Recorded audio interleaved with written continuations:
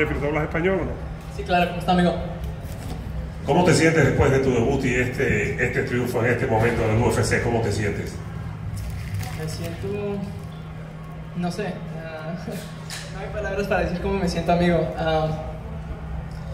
Yo dije esto cuando peleé para los Contender Series, pero yo he soñado este momento desde que era niño, entonces no se siente como la gente dice hartas veces que esto no se siente real. Esto se siente real. Yo he visto este momento 1000 veces en mi cabeza, en mi mente. Yo he soñado este momento, entonces es lo que he soñado. Entonces, no sé, yo he trabajado para esto, para estar aquí desde los 14 años, entrenando todos los días, me acuerdo, yo no iba a la escuela para ir a entrenar, entonces, no sé, amigo, esto se siente real. Hubo momentos que tu rival parecía que te llevaba un poco por delante. ¿Cómo cambiaste el temporal ese de los golpes que tenía tu rival para poder imponerte? Sí, entre el primer y segundo round hicimos los ajustes que tocaba hacer. Mi coach James Krause es el mejor coach, en mi opinión, del mundo, y él va a ser el coach del año, y hicimos los ajustes que tocaba hacer entre el primer y segundo round, y por eso gané la pelea. Jeff, I'm sure you answered some of this just then, but what are your initial thoughts after an insane fight like that? You don't know Spanish, man? No, I'm just kidding. I do. I just want to give you the opportunity before I What's up, Oscar? What was the question, brother? Initial thoughts after an insane fight like that. Fuck, dude. I probably shouldn't get hit that much in the head. No, I'm kidding. It was a good fight, man. I made the proper adjustments in between the first and second round because of my coach, James Krause.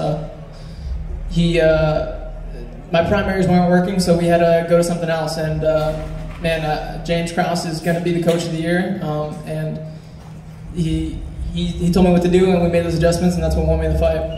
Well, looking at that third round, I mean, he kind of looked like he just abandoned head movement. Like his defense was just connecting with his forehand. Have you ever hit someone that much and have them not go down? No. I was kind of just treating it like a heavy bag. You know, it was like, don't put too much into everything, but whenever I heard my corner say smoke it, smoke it, yeah, send it. Like I'm trying to put you on your ass. So it was a lot of pity pack, just kind of touching his face, man. With 4-ounce gloves on, you don't have to hit hard. When I teach a kickboxing class, and I tell these guys, and with 4-ounce gloves on, like a 7-year-old girl can knock you out, man. If she hits you in the right spot, the right time, it doesn't take a lot of power. And obviously there's knockout power that does exist, but with small gloves, you don't have to hit hard, so it's a lot of that pity pad is what sets up the big shots, and it worked. Between rounds 1 and 2, it looked like you had a little bit of a stare down in there when you were walking back to your corners. Did you guys say anything to each other?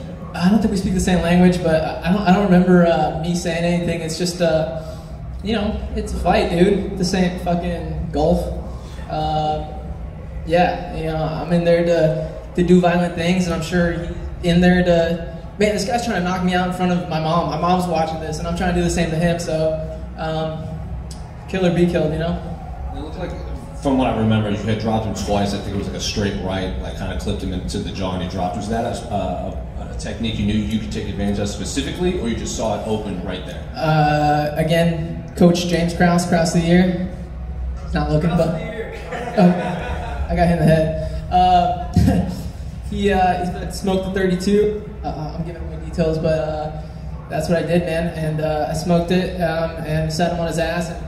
And there's always what ifs in MMA. Like, what if there would have been 10 more seconds? For sure, I would have had him out of there. He was pretty hurt, but there wasn't, you know. But that did win me that second round. And again, that's all TJ.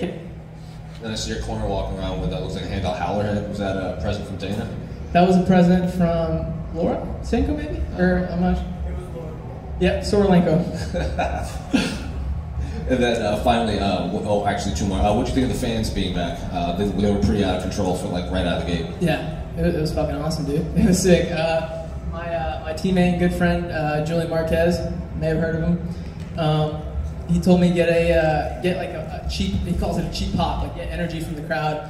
I've never really been one to like feed off the crowd, but I was like, hey man, I'll try anything once. So I did that before I got in the cage. I just rose my hand up, and I felt something. I don't know if it was placebo from him saying that you'll feel something, but there definitely was a pop that ran through my body. You know, it was like it sounds cliche, but yeah, I felt something. I don't know if it was just me about to get into a fist fight or if it was the crowd going crazy, but it felt good.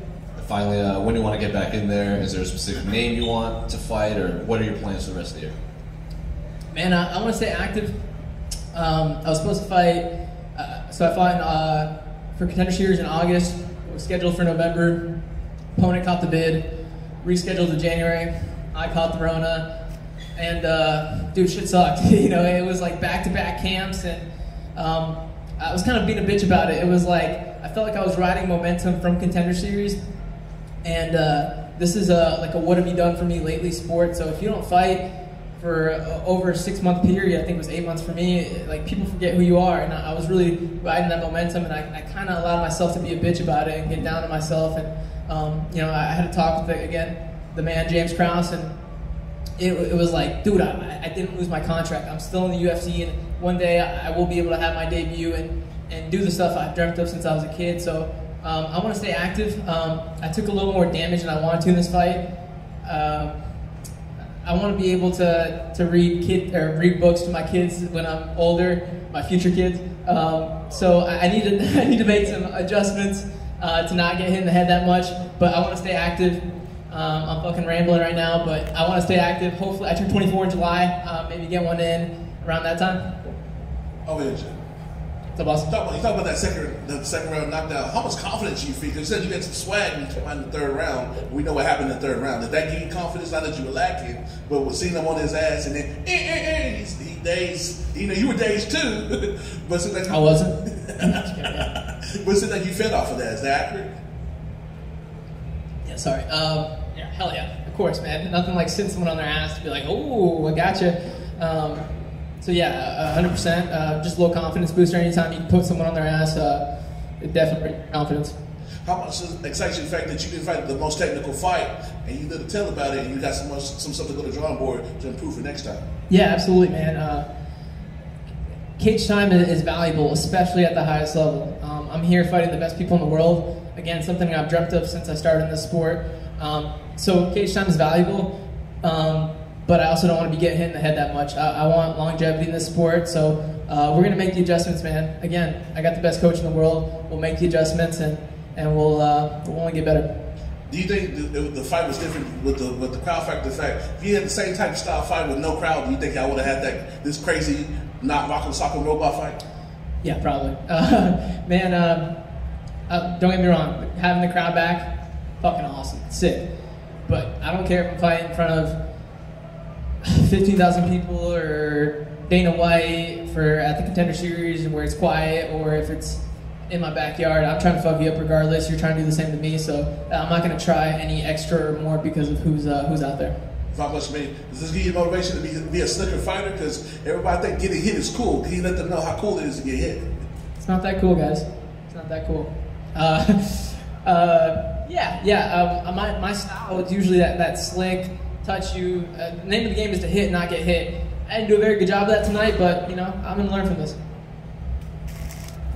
Jeffrey, al final del tercer asalto, cuando estaba terminando la pelea, te dieron duro, te sentiste mal, te recuperaste rápido. ¿Cómo te sentiste en ese momento? Sí, no te voy a decir mentiras, él me pegó duro al último, pero me sentí pues bien. No, todavía estaba ahí, pero sí fue un golpe duro, pero es parte de lo que hacemos, ¿no? Estamos en una pelea, entonces sí me pegó duro. ¿Qué significa tu victoria para otros guerreros latinos y qué significa tener a Julián Márquez ahí de compañero?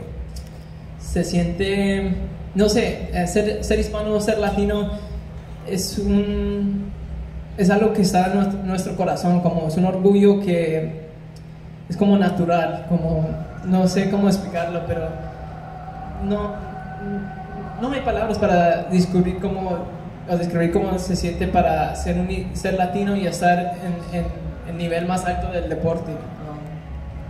Mis papás son todo para mí, han sacrificado mucho desde que llegaron a este país para mi hermano y yo, y pues no sé, es algo, un orgullo no hay palabras para cómo se describirlo, pero tener a Julian como un compañero él estaba en este deporte casi al mismo tiempo que yo, pero él ha tenido más experiencia en el UFC, entonces él es como un hermano mayor.